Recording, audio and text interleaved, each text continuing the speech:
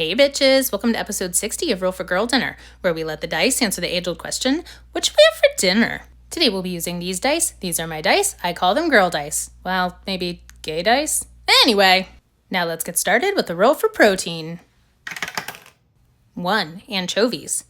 Today I'll be using fishwife anchovies. I've heard a lot about these and heard that they're very good, so let's hope that they live up to the hype. Next up, let's roll for some cheese. 4. Colby Jack. And that's going to be the very famous brand of mysterious bag in my refrigerator. Now it's time to roll for some vegetables. That's going to be a 3 for broccoli and a 7 for bell pepper. As welcome as both of these are, I haven't the foggiest idea how this is all going to come together yet, but we'll see what's to come. Moving on to the roll for carrier. 1. This is finger food now. Well, there's your finger. Now let's roll for some Razzle Dazzle. That's a 16 for pickled jalapenos and a 20 for choose your own. And you know, what's a girl dinner without a little bit or a lot bit of mazzetta? So we'll be using their pickled jalapenos. Today I've got the hot ones, which are my favorites. And for the choose your own, I'm going to do mazzetta's pickled red onions because these make every meal fantastic. And I still kind of don't really see how this is going to come together, so it's going to do it for me. Also, I'm about to go to Spain for several months, so I've got to use this giant jar up. Time to get saucy with the roll for sauce. 10. Thousand Island dressing. Today I'll be using my Lighthouse Thousand Island dressing, and again, gotta use this thing up.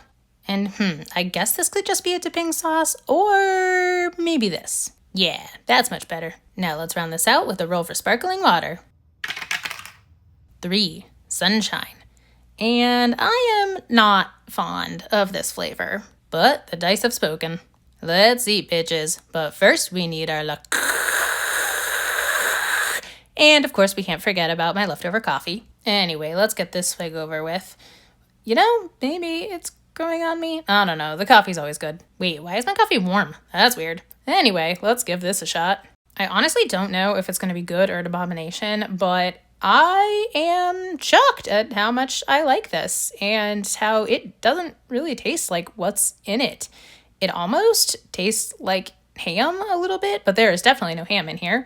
Or I don't know, maybe I just have that association because one of my depression meals is cubed ham and cheddar cheese doused in Thousand Island dressing. And while I wouldn't say that this is doused in Thousand Island dressing, it certainly has it in it. But like for the ingredients, this doesn't taste like what I thought it would.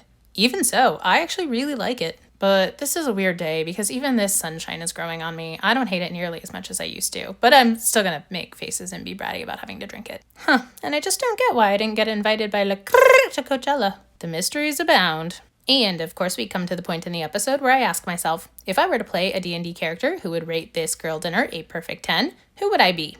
Allow me to introduce Oslin Viraqua, a water elemental from the deepest parts of the ocean. She was born to strict water elemental parents who were each descended from great Marids. As someone from a noble and powerful lineage, they expected her to always behave and act for the good of the family.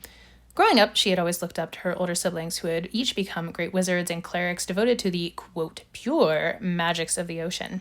And she longed to be a great water wizard like her older sister. So when she came of age and began showing signs of great magical potential, she was elated. But as her magic emerged, the signs became increasingly more troubling as all her magic had a distinctly fiery aura. No one in her family had ever done anything but the most sacred water magic, so this was quite perplexing. Well, that is until she learned about the evils her father had perpetuated against a family of dragon folk in his adventuring days. The details of it are, tale as old as time, but in revenge, the survivors visited a witch and asked her to curse his next-born child so that her magic would be draconic and would haunt him for all his days. Which is kind of a weird approach, but you know how these things go. At least there was no talking furniture involved here. There was no hiding her differences, and rather than bear the sight of her, her father called her a mistake and a failure and disowned her. She fled to the dry land, where the brightness and heat felt like home she had never known. Not too long later, she found herself at a tavern, as one does, being introduced to an odd group of ragtag adventurers. And the rest is history.